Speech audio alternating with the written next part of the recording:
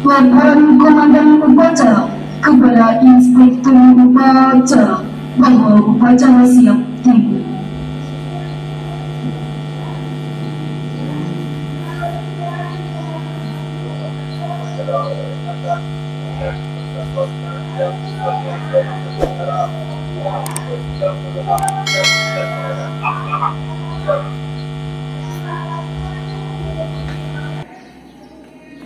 Pengibaran Sangsaka Merah Putih diiringi lagu kebangsaan Indonesia Raya.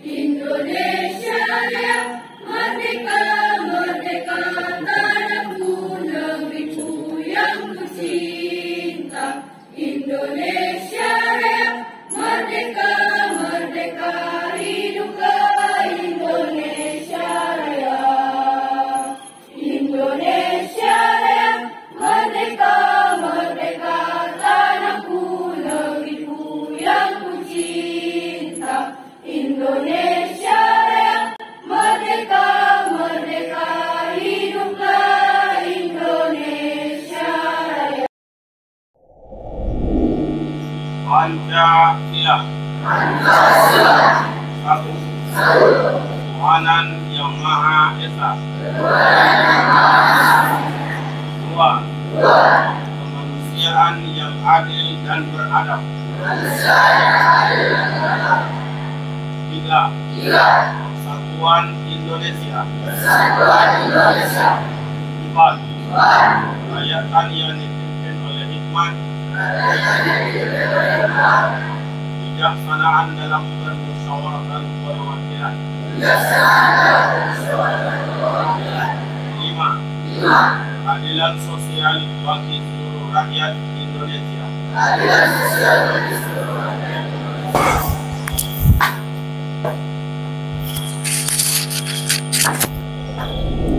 Undang-Undang Dasar Negara Republik Indonesia tahun 1945.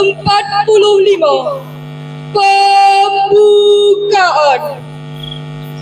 Bahwa sesungguhnya kemerdekaan itu ialah hak segala bangsa, dan oleh sebab itu maka penjajahan di atas dunia harus dihapuskan karena tidak sesuai dengan pri kemanusiaan dan pri keadilan.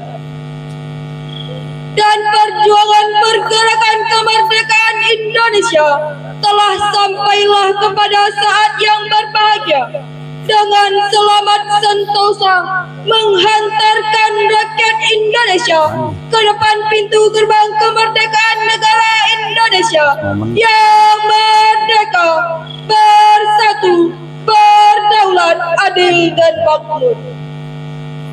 Atas berkat rahmat Allah yang Maha Kuasa dan dengan didorongkan oleh keinginan luhur supaya berkehidupan kebangsaan yang bebas, maka rakyat Indonesia menyatakan dengan ini kemerdekaannya.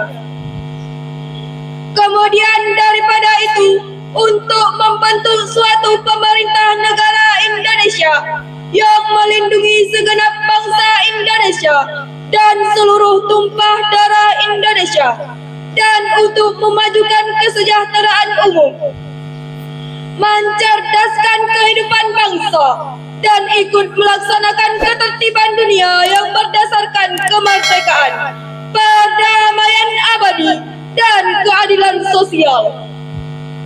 Maka disusunlah kemerdekaan kebangsaan Indonesia itu dalam suatu Undang-Undang Dasar Negara Indonesia yang terbentuk dalam satu susunan negara Republik Indonesia yang berkedaulatan rakyat dengan berdasarkan kepada ketuhanan yang Maha Esa, kemanusiaan yang adil dan beradab, persatuan Indonesia, dan kerakyatan yang dipimpin oleh hikmat kebijaksanaan dalam permusyawaratan perwakilan, serta dengan mewujudkan suatu keadilan sosial bagi seluruh rakyat Indonesia. Ikrar santri. 1. Beriman dan bertakwa kepada Allah Subhanahu wa taala. 2. Patuh dan taat kepada orang tua dan guru. 3. Disiplin dan bertanggung jawab terhadap bangsa dan agama. 4. Menjaga dan memelihara akhlak yang mulia. 5. Akrab dan bersahabat terhadap lingkungan. 6. Rajin belajar dan mentaati tata tertib serta menjaga nama baik sekolah. Bismillahirrahmanirrahim. Assalamualaikum warahmatullahi wabarakatuh.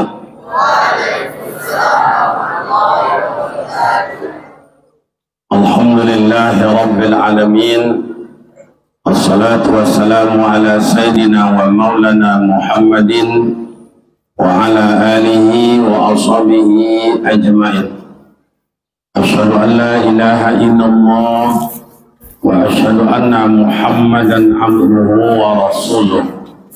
Allahumma salli wa sallim ala hadzal nabiyil karim wa ala alihi wa ashabihi ajma'in, amma ba'd. Rekan-rekan seluruh majelis guru, anak-anakku sekalian yang kami sayangi, syukur alhamdulillah kehadiran Allah Subhanahu wa taala. Pagi yang cerah ini kita hadir dalam rangka upacara milad tarbiyah yang ke-96 menuju 1 abad. Salawat dan salam buat baginda Rasul Nabi Muhammad sallallahu alaihi wasallam. Allahumma salli ala sayyidina Muhammad wa ala ali sayyidina Muhammad.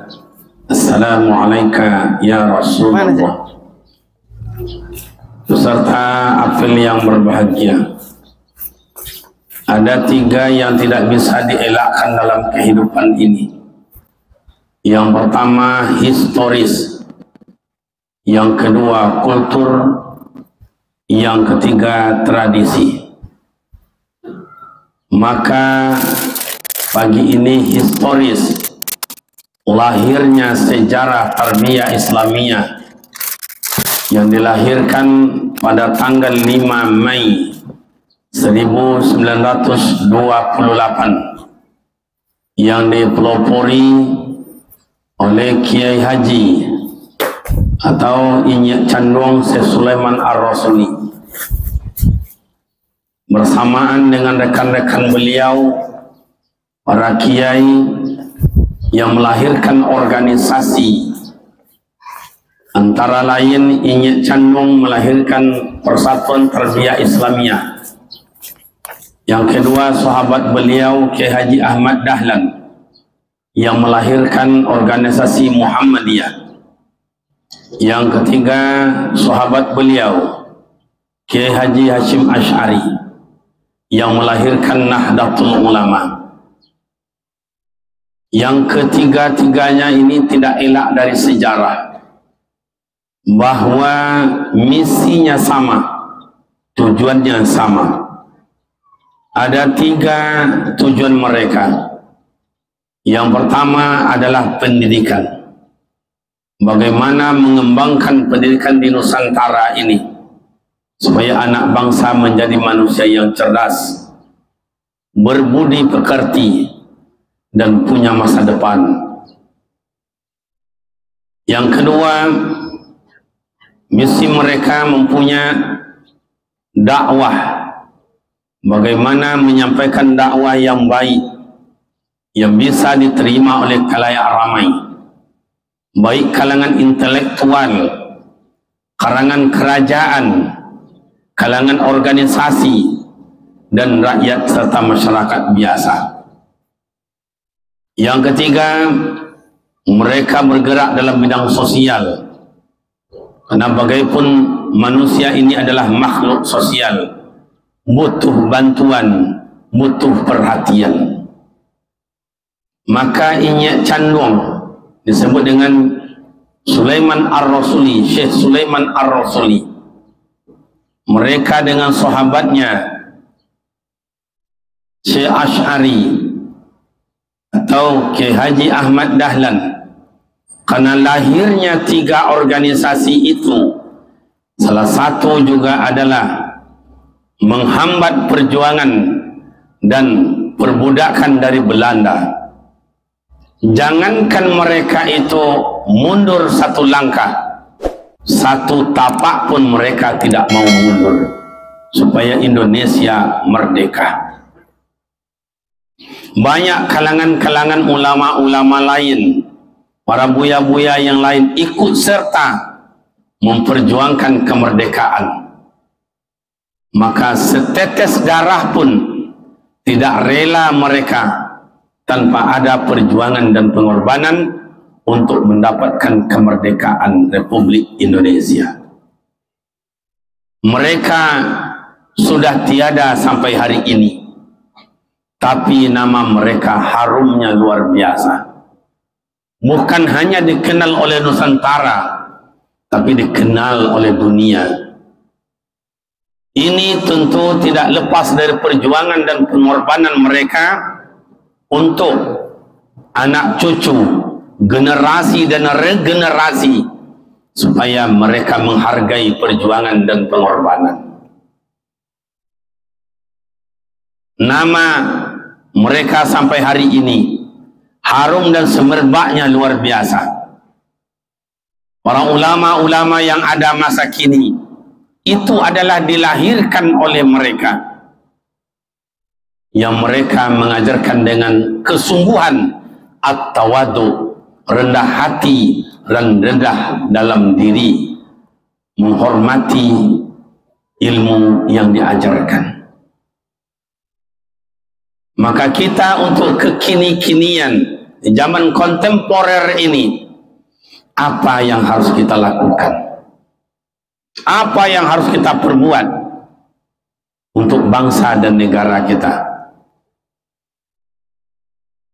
tidak terlepas dari perjuangan dari kalangan pelajar, dari kalangan pemuda Indonesia merdeka.